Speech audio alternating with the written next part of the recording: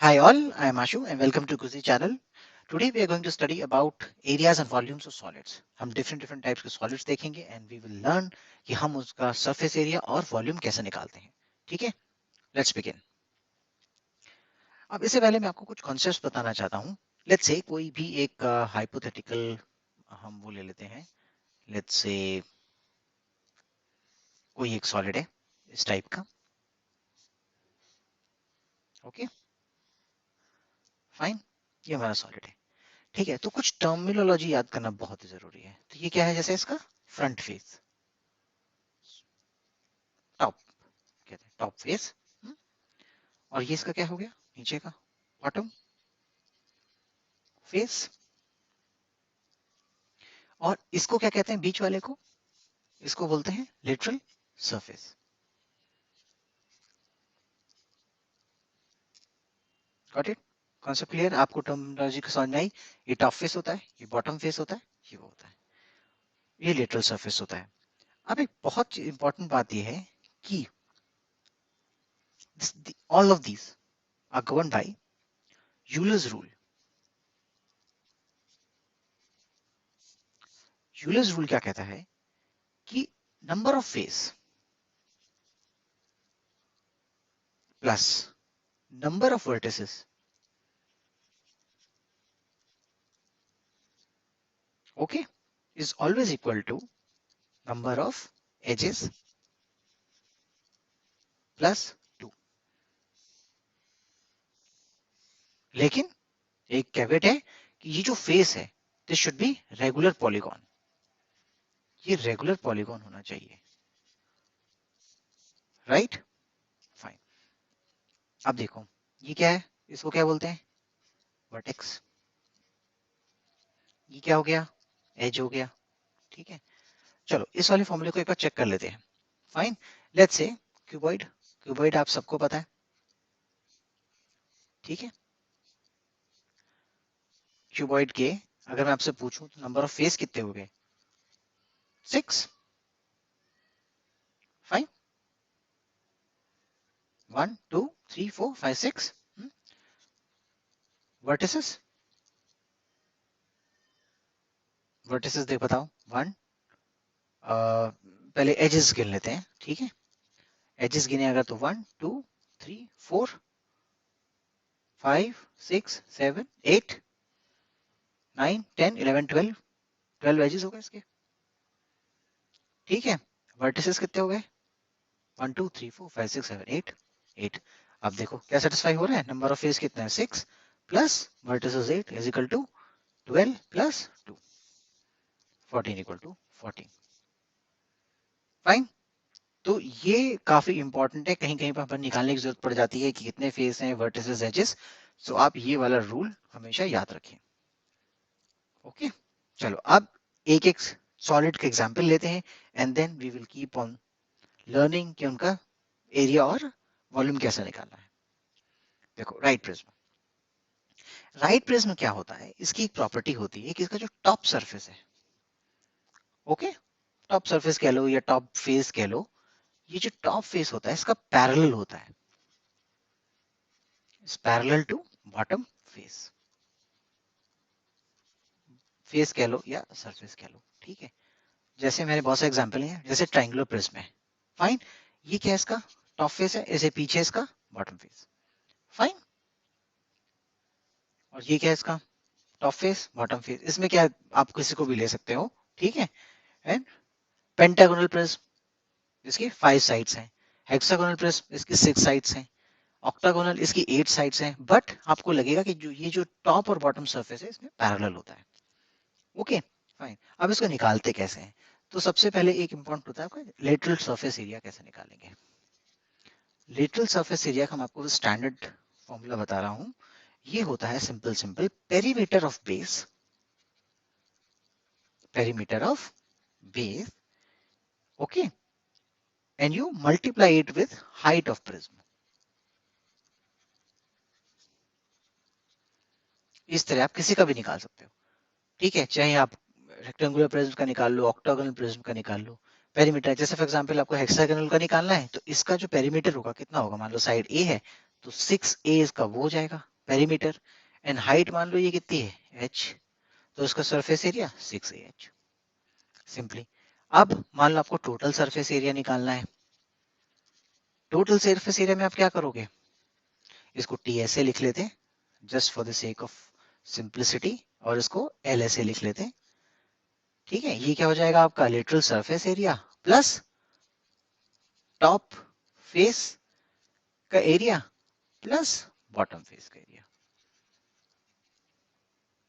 ठीक है,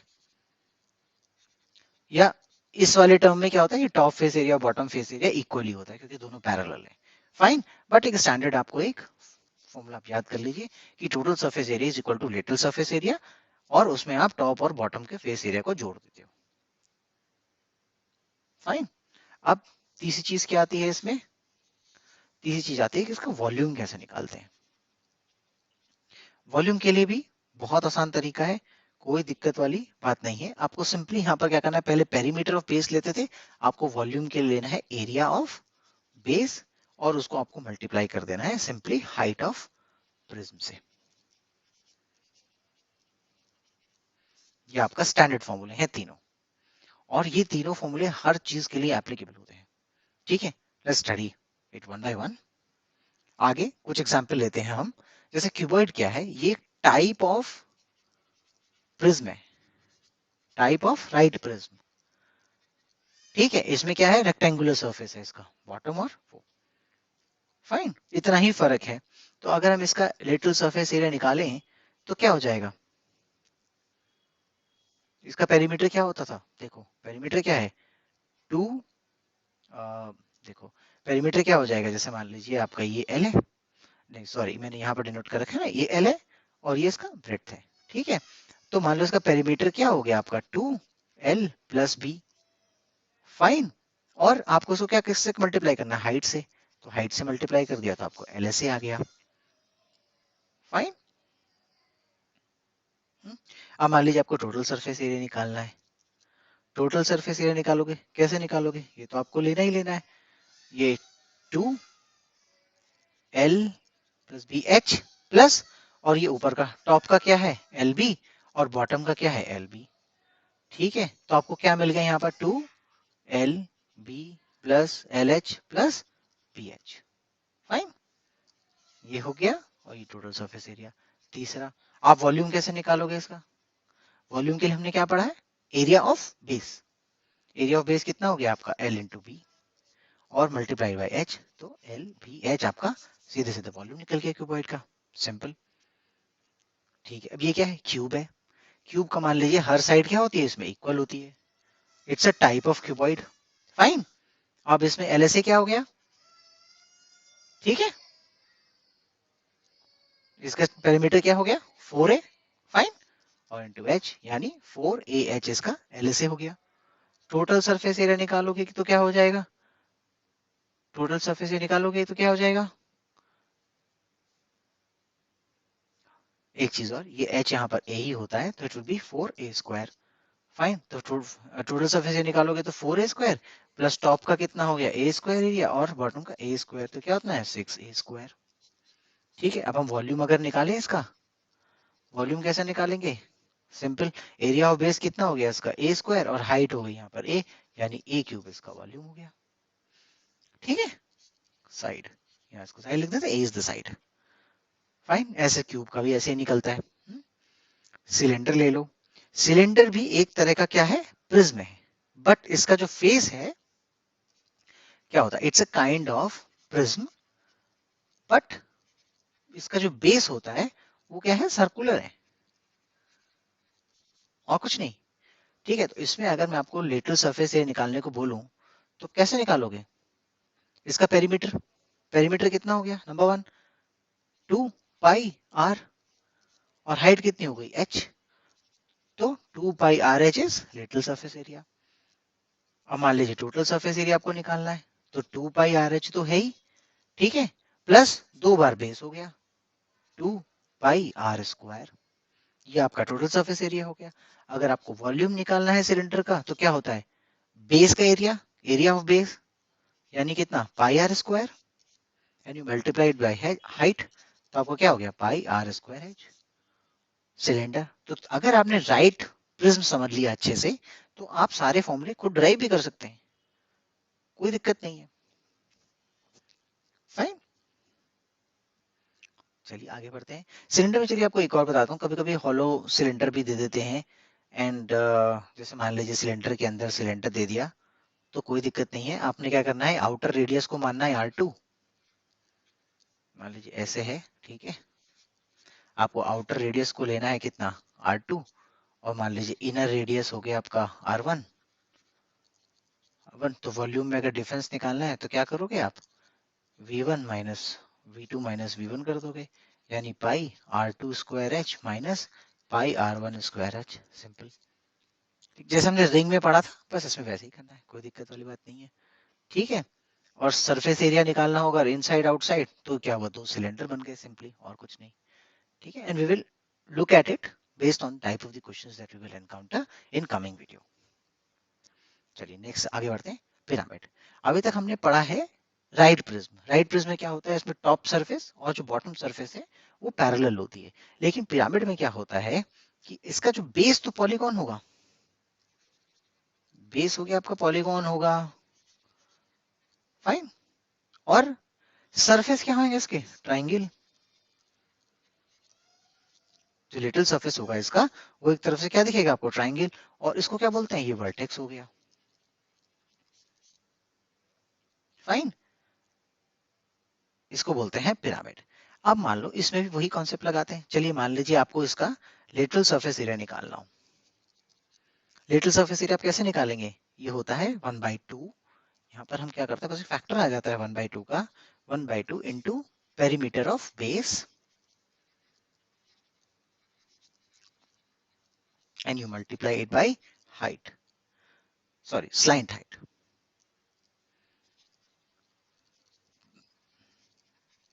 अब स्लैंट हाइट क्या होती है, देखो ये होती है स्लैंट हाइट, ये जो कर्व्ड है ना इसको बोलते हैं, और इसको हम डिनोट करते हैं L से, गॉट इट। इसको बोलते हैं स्लैंट हाइट। हाइट क्या हो गई, देखिए मान लीजिए आपका ये पिरामिड है, मैं ऐसे ड्रॉ करता हूँ। मान लीजिए ये आपका ये पिरामिड है, तो पिरामिड तो परपेंडिकुलर, ये हाइट तो होगी जो परपेंडिकुलर ड्रॉ करा है हमने बेस पे, फाइन। इसको बोलते हैं हाइट, और इसको बोलते हैं L, यानी slant height. This is called slant height, और this is called simply height, क्योंकि ये क्या होती है, हमेशा बेस से 90 डिग्री होगी। अगर ऐसे आप ड्रॉ करोगे तो हाइट हमेशा क्या होती है, 90 डिग्री एंगल पे होती है बेस से, and this is called slant height. अब यहाँ पर आपको टोटल सरफेस एरिया निकालना है, तो यहाँ पर LSA ले लो, प्लस एक बार क्या हो गया, एरिया ऑफ बेस, क्योंकि एरिया ऑफ बेस, फाइन, क्योंकि एक तरफ तो वर्टेक्स ही है, उसका तो कोई एरिया ही नहीं है। आपको जो बॉटम है, उसको जो बेस है, उसका एरिया लेना है, तो आप ऐसे टोटल सरफेस एरिया निकाल सकते हैं। वॉल्यूम निकालने के लिए क्या करोगे, वॉल्यूम निकालने के लिए क्या करना है आपको, 1/3 से मल्टीप्लाई करना है area of base into height. ये याद रखना, ये हाइट है और ये स्लैंट हाइट है, फाइन, सिंपल, याद कर लो। अब आगे बढ़ते हैं, ठीक है। कोन, कोन क्या है, ये भी एक तरह से it's equivalent to pyramid, only difference being but base is circular. इसका जो बेस होता है वो सर्कुलर होता है, ठीक, फॉर्मूले यहाँ पर वो भी वही एप्लीकेबल होते हैं, ठीक है। अब जैसे इसमें क्या हो गया, ये L क्या हो गया, इसका स्लैंट हाइट हो गया,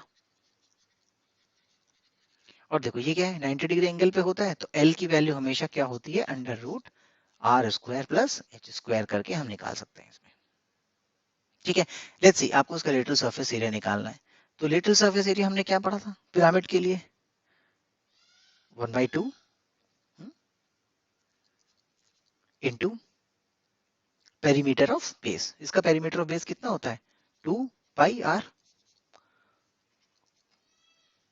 let's write it, 2πr into slant height L, तो क्या हो गया, πRL will be little surface area.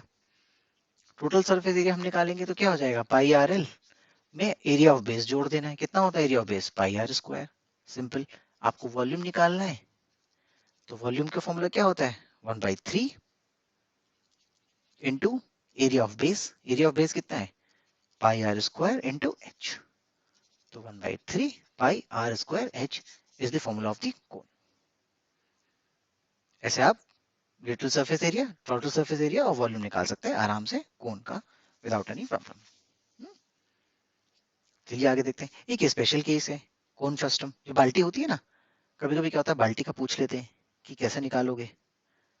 Fine. तो मान इसमें देखिए, तो मैं इसको अगर एक्सटेंड करूं बाल्टी को, तो क्या बच जाएगा? एक कोन ही बन जाता है। ठीक है। यहाँ पर क्या है? Capital R is the radius, यहाँ पर small r is the radius. ये एक तरह से कोन बन जाएगा। यहाँ पर अगर आपको लिटिल सरफेस एरिया निकालना है, ठीक है, तो आपका क्या हो जाएगा? तो मैं तो कहूंगा इसको ड्राइव करने की भी कोई जरूरत नहीं, क्योंकि इसमें क्या होता है ना, आपको वो जैसे हमने ट्राइंगल्स में पढ़ा था ना कि ये इसको हमें मानना पड़ेगा, फिर H1, फिर इसको H2, फिर हम निकालेंगे H1 upon H2 equal to R upon capital R। तो बेटर है क्या, फॉर्मूला याद कर लो, वो बेटर है। ठीक है। इसको डेरिवेशन करने बैठोगे तो बहुत टाइम लगेगा आपका। Pi l r plus r is the little surface area. ठीक है। और टोटल सरफेस एरिया निकालोगे तो क्या हो जाएगा? Pi l r plus r. तो इसका लिटिल सरफेस एरिया हो गया, और इसका ऊपर का बेस का कितना हो गया? Pi r square plus pi capital r square. ऐसे टोटल सरफेस एरिया निकल जाता है। ओके। अब यहाँ पर क्या है? एल। एल की वैल्यू कैसे निकालोगे? तो एल यहाँ पर नोट कर लो। L square is equal to कैसे होता है? देखो मान लो ये एल है, यहाँ से अगर मैं परपेंडिकुलर ड्रॉ करूँ, ठीक है, तो देखो ये मेरा क्या हो जाएगा? ये तो एच हो गया, और ये मेरा क्या हो जाएगा? R minus r. तो इसका l square is equal to होता है आपका हमेशा h square plus R minus r का स्क्वायर। तो एल निकालने का क्या होगा? H square plus R minus r का स्क्वायर, इनका अंडर रूट। ऐसे करके आप निकाल सकते हो। ठीक है। और जो मैं फॉर्मूला निकालने की बात कर रहा था, तो उसके लिए आप एक चीज याद कर सकते हो, इसका जो आर अपॉन आर का रेशियो होता है, it is always equal to H. H ही एच है, ठीक है, एच मानेंगे, H minus small h upon H. ठीक है। ये भी आप याद कर लो, हमेशा ये इक्वेशन भी वैलिड रहती है। ठीक है। और इसी को यूज करके ही ये सारे फॉर्मूले आते हैं।